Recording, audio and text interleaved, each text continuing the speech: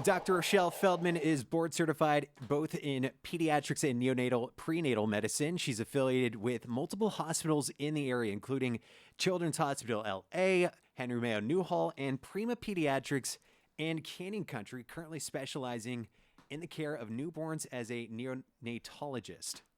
Mild job. And she's here on the afternoon drive.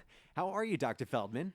Oh, hanging in, actually. Excited to hear the news about the masks. Yeah, I want to get to that later on. But Right. how has the past year been? Has it been busy for you? I know a lot of adults are avoiding the medical office. Well, are we seeing- actually, it's been very interesting. I think we saw our very first case of influenza B in April.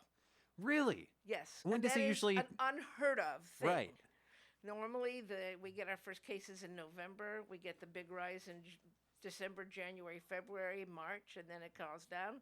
We have had 2 cases of influenza B, period, the entire season. Both of them came in April after they opened the schools. Ah, yes. So let's not beat around the bush. Let's talk vaccines. Yesterday, the CDC advisors endorsed the Pfizer vaccine for children ages 12 to 15. Explain to the audience why it's so important for children to get the vaccine. Again, it's back to this herd immunity. Ah, yes. Our white whale. That's right. It's the white whales. The truth of the matter is that with any infectious disease, children are usually the biggest repositories. Now, in this situation with COVID, they are also the least affected, but they are also the best vectors, meaning they can come home and give it to everyone else. If we're going to obliterate this dang thing, and all of us want to do that, then we're going to have to vaccinate as many people as we possibly can. So what kind of questions have you been receiving from parents? What's the level of hesitation? Well, it's very interesting. In the last 2 weeks, have done my own private survey in my practice. Uh-huh. And I've been astonished to find that nearly 40% of our parents have not yet been vaccinated. Is that right? And that surprised me. Now, of that 40%, somewhere around 75% had just not gotten around to it. Mm. They were too busy. Now that the kids are back in school, they're trying to do catch up, et cetera, et cetera. And I looked at them and I said, I don't care how busy you are, you have to get the vaccine. I don't care if you have to stand on your head and whistle Dixie, or you have to walk 20 miles. You gotta get the vaccine. Especially now, we don't even need an appointment. You could just walk into a CVS, a Walgreens. A Walmart. How about medical offices like yours? Well- Could somebody come in and get the vaccine? Are we at that point of the vaccination distribution process? Unfortunately, no, and this is unfortunately a misperception that is being promulgated by the press and radio and TV. They're saying, oh, well, you'll be able to go to your pediatrician's office, your doctor's office. No, you won't. Not unless you're going to go for a J&J, and that's not been approved for younger kids yet. The only one that's been approved is Pfizer. Pfizer requires a deep freeze storage. Not a single doctor's office that I know of has that availability. Those types of freezers cost thousands of dollars, take up enormous amounts of room, and require a lot of electricity, which is why pharmacies can do it and the large vaccine centers can do it. We can't. We don't have a way to store it properly. So other than I just haven't had the time to go, what are some of the other reasons that you've run into? Oh my God, you wouldn't believe. Do you find that a lot of these reasons are just hearsay that people receive on Facebook or other social media platforms? You didn't know that Dr. Google and Dr. Facebook are not reliable sources of information? My doctor has an MD. It's just WebMD. That's correct. Yeah. Even WebMD is better than what these people are getting. Yeah. Oh, let's see. What are the excuses? Well, we're going to have a bad reaction, and we don't want to have a bad reaction. Oh, would you rather have COVID instead? Okay. My kid, is it too much for his immune system? No, it's not. His immune system is a lot better than yours, and you should have gotten it by now. Well, I'm not likely to get as sick as some of the older people. Really? Okay, let me remind you what Benjamin Franklin said. He said the biggest regret he had in his entire life was that he did not vaccinate his 12-year-old son against smallpox when he had the opportunity, because he was too afraid, and his son got smallpox and died. Okay? Do I need to give you any other information? No. She's Dr. Rochelle Feldman. She's on fire. She is a neonatologist at Prima Pediatrics on Via Princesa in Canyon Country. You talked about the side effects, which has been a mixed bag for some people. Some people are completely fine. I was completely fine after my second dose, which is usually, when people are hit the hardest. Are we expecting some of those same side effects for children? I expect that, yeah. I mean, if you're getting a side effect, i.e., if you're going to be wiped out and muscle achy and a fever and stuff for a few days, don't be so mad about it. Don't be so freaked about it. It means it's working. That's the whole point. You want to have that because that tells you your immune system is working beautifully and it's producing all those antibodies. I mean, probably if you never get the reaction, it's probably okay. But statistically, they've shown already that the older you are when you get the vaccine, the less likely you are to have that side effect. So people like my husband, and forgive me, my husband is 2 years older than I am. Oh. He didn't have any side effects at Yeah. all. I did, but only on the second shot. And so, I felt kind of crummy for a few days. That is normal for most winters anyway. So I have a couple more questions. Sure. Do you mind sticking around? No, not at all. Awesome. Let's check in on traffic, get to national news. Then we will return with Dr. Rochelle Feldman, Prima Pediatrics in Canyon Country. Your hometown station. Go! It is time for a quick look at traffic. Checking in with CHP right now. No incidents, just delays. 14 northbound is stop and go between the 5 and Golden Valley Road. And that is it. 298-5487 if you have any traffic tips or if you want to call in and ask Dr. Feldman a question about vaccines, anything. She's here. 298-5487.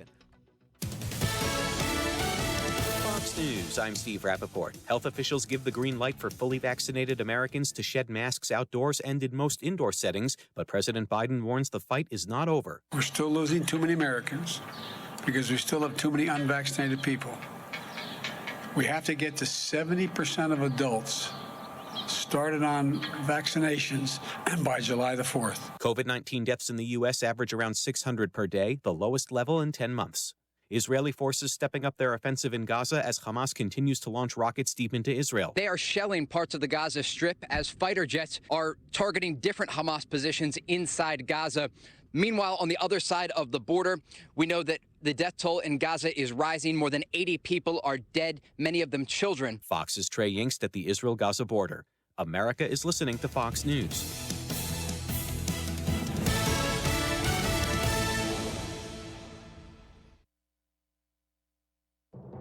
I'm Connell McShane. This is the Fox Business Report.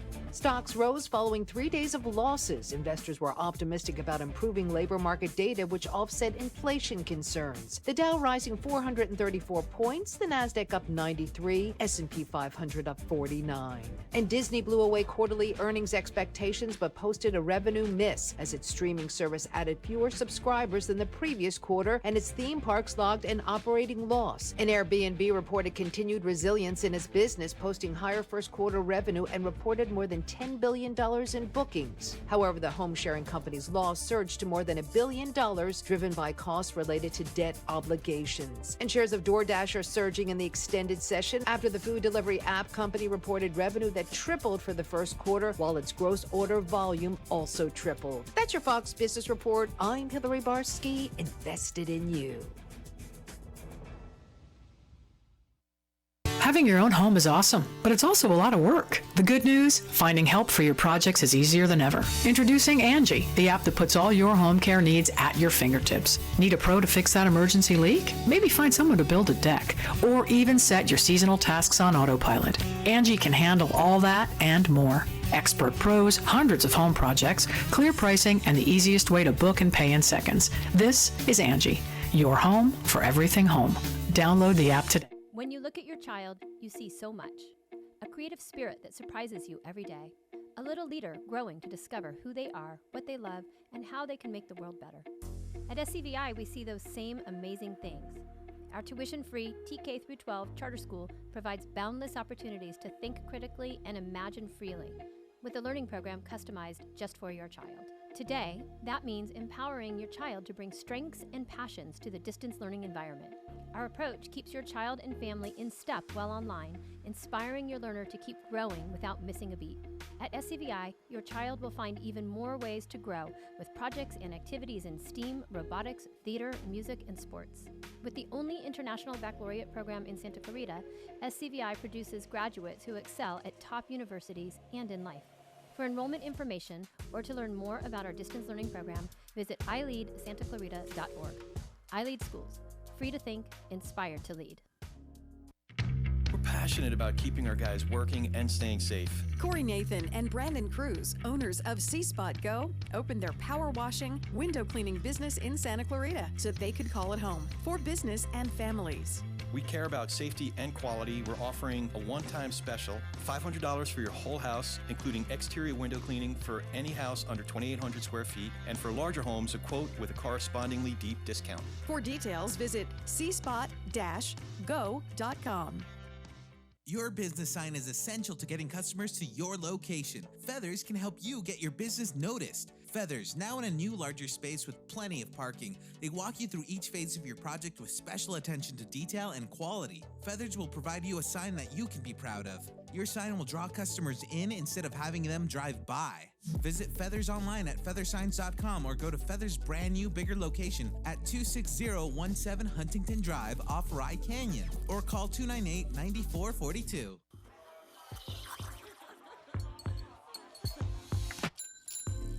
Bring your life. We'll help you make the most of it. Introducing 5 Point Valencia, a familiar place, and yet wonderfully different, with a fresh mix of homes, schools, parks, trails, and open space. All tuned to the way people want to live today. Learn more at valencia.com. Your hometown station. As soon as I leave my house in Saugus, I always turn on KHTS for the latest traffic updates. 98.1 FM and AM 1220. It is 3:35 here on KHTS. Aaron Delatorre joined in studio. Yes, in studio. Masked, but in studio by Dr. Rochelle Feldman, neonatologist. Am I saying that correctly? Neonatologist? I am a neonatologist, but I am also a special needs pediatrician, too. Okay. In other words, I take care of kids who are just very complex. And we're here covering the news of the day regarding vaccines for children 12 to 15 years old. We're covering the new mask mandate. A couple other questions regarding these vaccines. Let's focus on pregnant women and new moms. Are the vaccines available right now safe for those women? Well, scientifically, from a scientific aspect, there should be no reason that they aren't safe. Okay? Because it's an mRNA. So you're not injecting even a dead or a partially activated vaccine. You're injecting something that cannot make you sick. And so if it can't make you sick, it ain't going to make your kid sick either. Nonetheless, nobody has okayed it completely. Some dobies will use it and some won't. But because they want the studies first. And I understand that completely. But we should have enough studies within the next few months to know for sure whether or not it's a perfectly reasonable thing to do. Although I am pretty dang sure it will be very reasonable. Now, in terms of breastfeeding, that is absolutely not an issue. It's not. None whatsoever. The babies have already gotten, if you had the antibodies already, if you'd had COVID or you'd gotten the vaccine and then delivered a baby, the babies are born with the antibodies that you gave them. And if you're breastfeeding them, all you're going to give them is more antibodies. You can't give them the virus. So not only is it not a problem, it's probably a great idea. Yeah. Have you run into this scenario? an adult who has no qualms about getting the vaccine themselves, but might be a little hesitant to give it to their kids.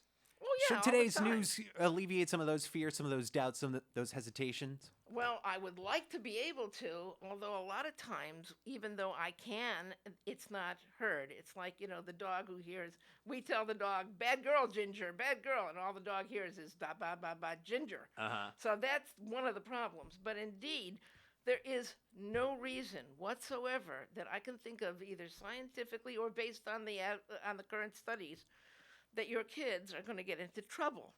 Keep in mind that the older the child is, the more likely they are to have a bad COVID. We haven't seen very many hospitalizations at all in young kids, other than those who are under a year.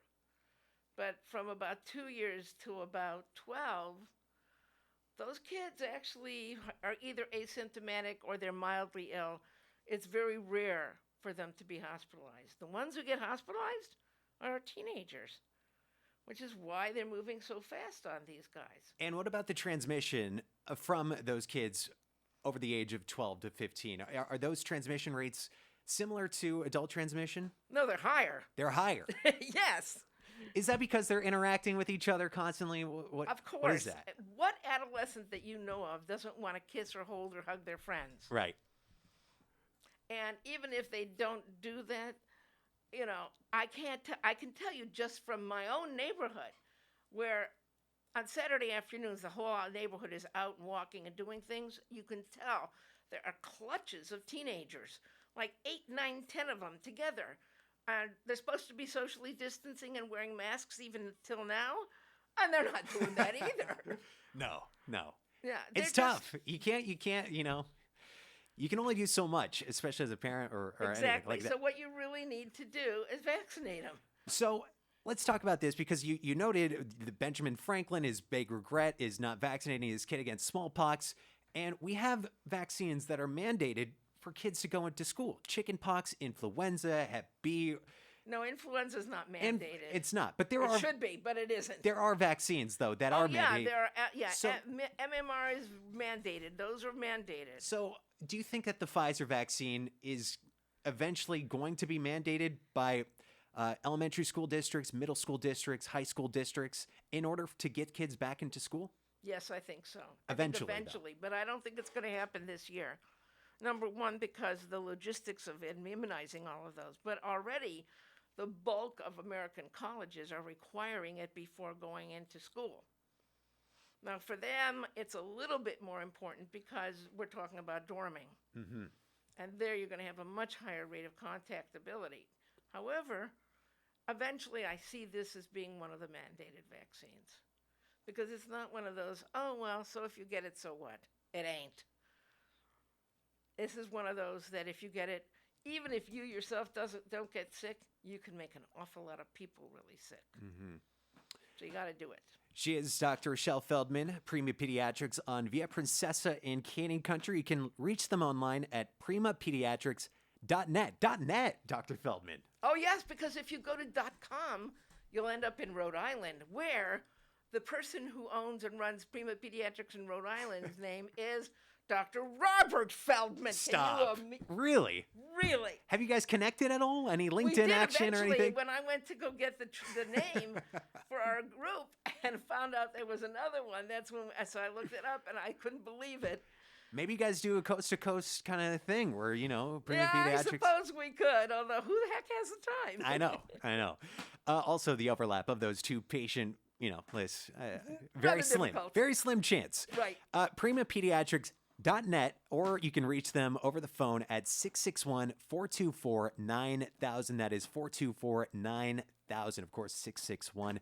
Dr. Feldman, thank you so much for coming in, answering a lot of our questions. And of course, if you have any more questions, how dare you not call into the afternoon show and ask them directly live on air, providing us content. But you can reach them at 661-424-9000. Great to see you. Take care. Great to be here. And Thank you very much. I can imagine you were probably one of the busiest doctors in Santa Clarita during this entire time. Actually, I have been, because I'm one of the few that stayed open the entire time. We have drive-up pediatrics. Is that right? every day, morning and evening, an hour every day where we put on full protective gear, and the cars line up in the back of our office, and we see all the kids in the cars. Awesome. It's cool. Yeah. What time are you guys usually open? 9 a.m. to noon, and then 2 p.m. to 5 p.m. And of course, that means that anybody who's in that office at noon or at 5 is seen anyway. Yeah. Not turning anyone away. Dr. Feldman, thank you so much for coming on. And don't be a stranger. Anytime you want to come back, we are glad to have you. Thank you. I appreciate it.